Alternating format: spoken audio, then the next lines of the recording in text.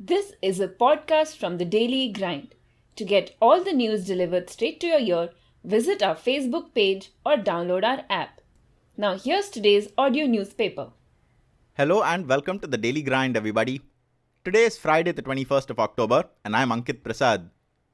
We're only dealing with a few things on today's show, such as video game consoles, sports and movies this weekend, and a pair of trailers.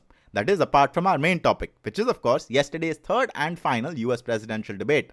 And that's where we'll be starting. It's almost impossible to believe, given where we began, that this election is now less than 3 weeks away from concluding. There was a Republican debate with something like 10 people on the stage all the way back in August last year, and a short while before that, Donald Trump had announced his campaign with a speech that caused the Huffington Post to lump all news relating to him in their entertainment section. They soon had to eat their words, but their premise wasn't all that off the mark. This election has been enormously entertaining. Sure, there have been occasions when it's made us want to cringe, times when it's frustrated and made us angry. Some deplorable things have been said, and there have been times when we've feared for the world. It introduced us to people like Ted Cruz and Marco Rubio, and it's divided people along lines that we'd hoped had long been crossed. Those are all terrible things in a two-dimensional world. But in the age of multi-platform global media, it's given rise to a whole industry. One that feeds off the amount of interest people have inherently and the amount that the candidates and various media have been able to generate all over the world. For over a year now, we've watched late-night talk show hosts and parody makers joke about and lampoon the various participants. Donald Trump is probably the most joked about human there has ever been, and somehow, because of all the coverage, even Hillary Clinton has been humanized. This despite the fact that she's basically an artificially intelligent droid whose primary source of information is focus groups. During the campaign, we also met Bernie Sanders, who will probably go down in history as a tragic hero. This election's great what if. There's maybe an alternate reality where it was Bernie who secured the Democratic nomination. Who knows? There have been eloquent things said as well. The Obamas come to mind, and there has also been a lot of locker room talk. In fact, this whole thing could probably have gone on for a bit longer, only if it weren't for the fact that the game appears to be up now. Donald Trump wasn't anywhere near his combative and controversial best in yesterday's debate. He cut a lonely and sarcastic figure, which we would too if it turned out that a bus ride with a guy called Billy Bush 11 years ago would be the deciding factor in this long and grueling race.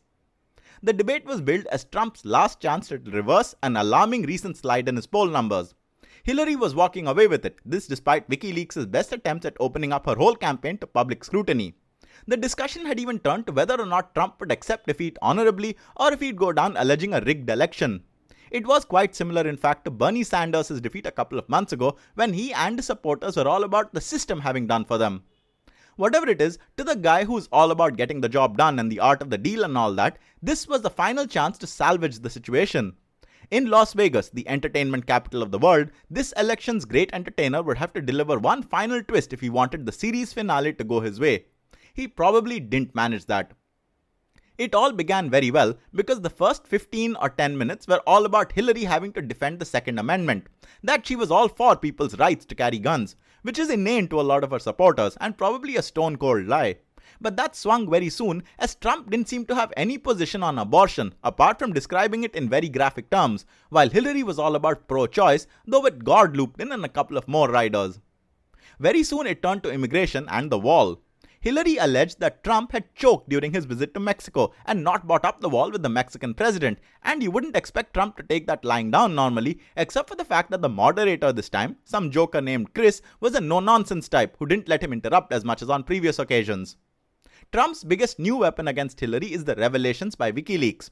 She said different things to different people, and her dealings with banks aren't wholly in tune with what she's been saying during her campaign. Trump tried to use the hacks, but Clinton was prepared. She invoked Russia and how Russia was behind the hacks, and that Trump was a friend of Vladimir Putin, and that way she managed to quite skillfully turn the attack back against him. The economy came next, and there was little said here that was not heard before. Trump did mention India. He referred to his recent encounter with a band of nutjobs called Hindus for Trump, who hosted a bizarre event in his honor, and he gave an example of India as a country with great GDP growth. He said 8%, which would have had Modi and Jaitley calling the statistics office asking why it had only pegged India's growth at 7.6% if Trump was saying that it was 8. Hillary's plan is rubbish, by the way. By now, if she was debating someone with an eye for detail, they'd have torn her plan to shreds. It's not enough to simply ask the question, will these actions lead to more jobs? Economic development requires a more thought-out approach than just talking about cutting taxes and doing away with college tuition. Trump definitely seems more confident talking about the economy, or at least when he's talking about how it can do much better. But whatever points he's made there probably swiftly vanished when the topic came to respecting women. Trump says nobody respects women as much as him, but most of the crowd thought it was a joke. He also did admit that if he loses, he will accept the verdict, but we're not sure about that. And finally, when it came to talking about the war on terror, he made a pretty sensible point about the US announcing a month beforehand about an impending attack on Mosul, thereby giving away the element of surprise. Since we're all about surgical strikes right now in India, his point seems totally valid, but then he followed that up with the weak ending. Hillary wasn't great either. She seems bogus and insipid, and there are clearly better and more original communicators, but she does deserve a lot of credit for staying cool through the whole thing. The path to victory seems to be assured as things stand, though you just never know. It's been so long, we might as well wait for it to finish properly before we can get started on the long tail. This is a podcast from the Daily Grind. To get all the news delivered straight to your ear, visit our Facebook page or download our app. We'll come back to the business world at a later time, but now we head to sports and some selective entertainment. First, in cricket, New Zealand have beaten India for the first time in the series. In the second ODI in Delhi, Kane Williamson's 118 carried the Kiwis to a score of 242 for 9 in 50 overs. And in reply, none of the Indian batsmen really turned up. Kedar Jadhav and captain MS Dhoni, with about 40 runs each, managed the most runs, which got India very close, but not quite there, as they lost all their wickets with 3 balls to play and just 6 runs more to get. The series is now 1-1, and the third match is on Sunday. Along with that match, there's also England vs Bangladesh in the first of 2 tests, and the second Pakistan vs West Indies test this weekend. In football and the Europa League, and we're not getting too deep into it, Manchester United have defeated a visiting Fenerbahçe by 4-1 at Old Trafford last night. They were 3-0 up in the first half as Pogba and Martial scored a penalty each, and Pogba then also added a quite stunning long-range effort. Jesse Lingard scored United's 4th, but the best moment of the match came in the 83rd minute as Robin van Persie scored a tap-in for the visitors and got a standing ovation from the home support, whom he used to represent not long ago. United will have to rest up and get ready quickly now, as on Sunday they face Chelsea in the Premier League, that too at Stamford Bridge. That's the pick of the weekend's fixtures.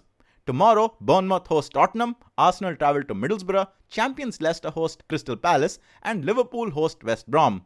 And Man City hosts Southampton on Sunday. In Spain, meanwhile, Barcelona play on Saturday night, while the 2 Madrid Giants play on Sunday night. There is a lot of great football to look forward to, but the most engrossing sporting action this weekend comes to us from Formula 1.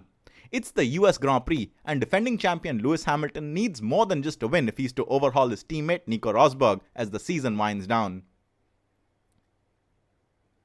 Coming to entertainment, there are a couple of interesting movies releasing today, though it's nothing like last weekend, and probably nothing like the weekends to come in November and December.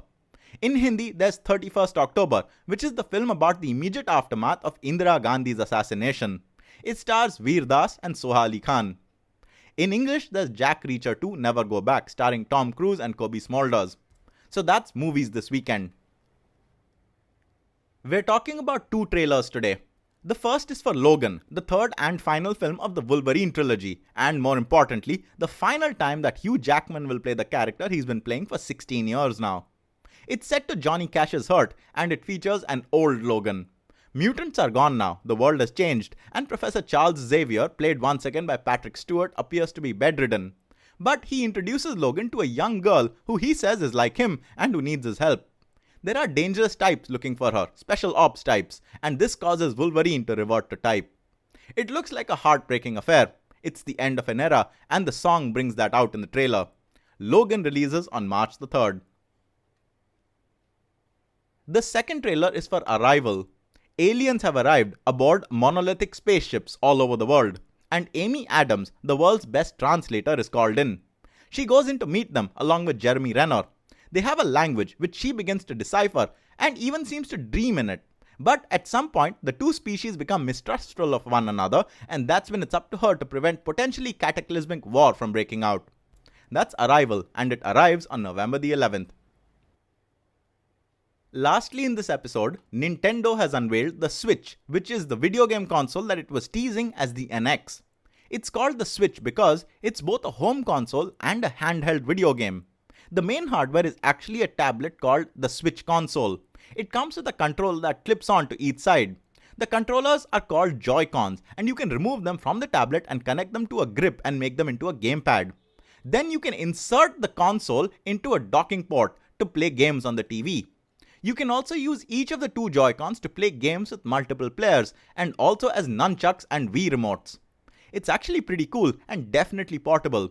The Joy-Cons are clearly the stars of the show, though if you want, there's also a more traditional controller.